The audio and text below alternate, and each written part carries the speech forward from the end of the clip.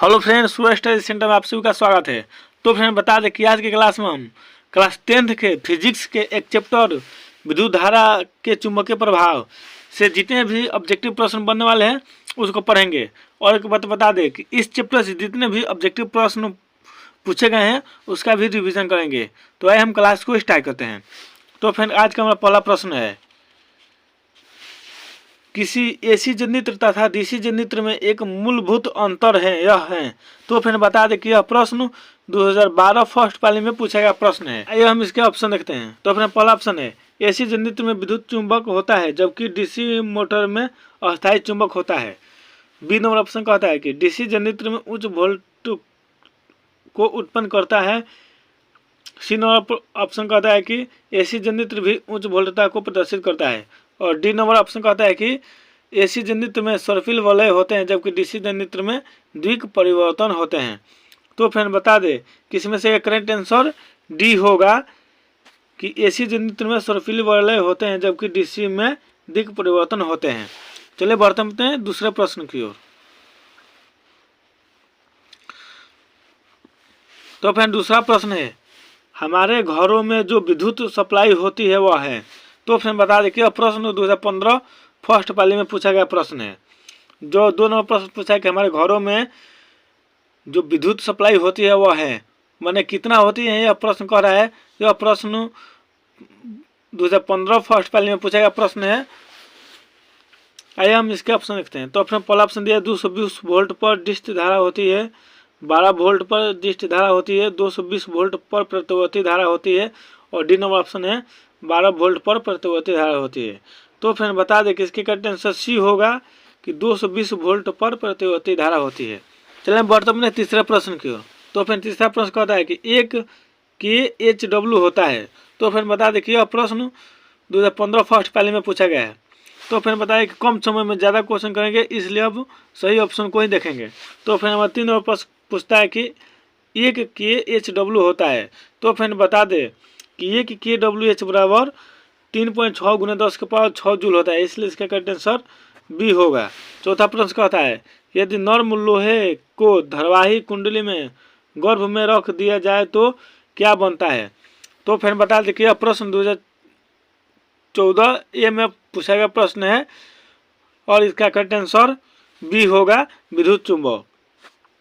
तो फिर यदि नर्म लोहे को धारावाही कुंडली के गर्भ में रख दिया जाए तो वह विद्युत चुंबक बनता है। चले बढ़ते अपने पांचवें प्रश्न की ओर। तो फिर पांचवा प्रश्न है, विद्युत फ्यूज काम करता है।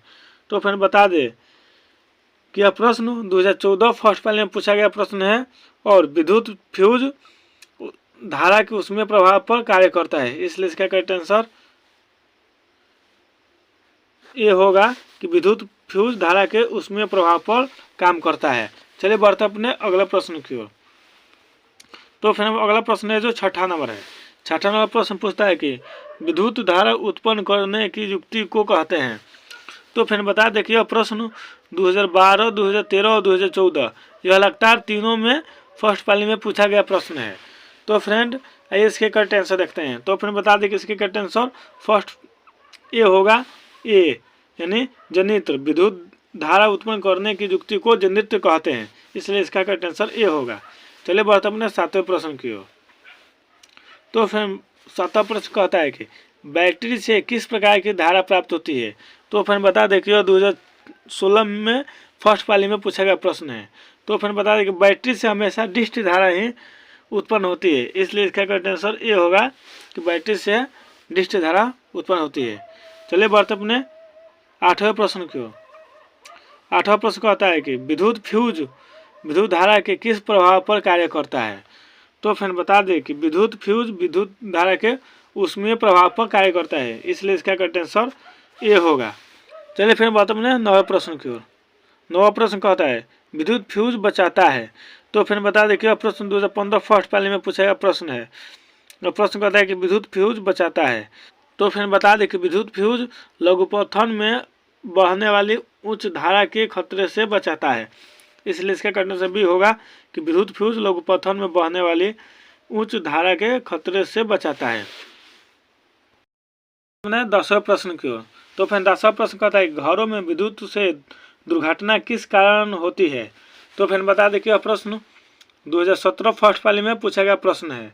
तो फ्रेंड बताया कि घरों में विद्युत से दुर्घटना शॉर्ट सर्किट से होती है, इसलिए इसका करेक्ट आंसर बी होगा कि घरों में विद्युत से दुर्घटना शॉर्ट सर्किट के कारण होती है।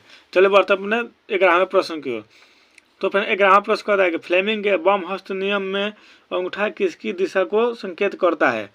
तो फिर बता दे कि फ्लेमिंग के बम हस्त नियम में अंगूठा बल को प्रदर्शित करता है, इसलिए इसका करेक्ट आंसर सी होगा।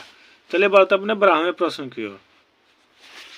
तो फिर 12वां प्रश्न कहता है कि विद्युत मोटर परिवर्तन करता है। तो फिर बता दे कि विद्युत मोटर विद्युत ऊर्जा को यांत्रिक ऊर्जा में परिवर्तित करता है, इसलिए इसका करेक्ट आंसर बी होगा कि विद्युत मोटर विद्युत को यांत्रिक ऊर्जा में परिवर्तित करता है। चलिए बढ़ते अपने अगला प्रश्न की ओर। तो फिर अगला प्रश्न है जो 13 नंबर है। एक क्षण चुंबक को 2 बराबर भागों में बांटने पर चुंबकीय ध्रुव पर क्या प्रभाव पड़ता है? तो फिर बता दें कि एक क्षण चुंबक को 2 बराबर भागों में बांटने पर यह चुंबकीय ध्रुव अलग नहीं होते हैं, इसलिए इसका करेक्ट आंसर बी होगा कि एक क्षण को 2 बराबर भागों में बांटने पर चुंबकीय ध्रुव अलग नहीं होते हैं।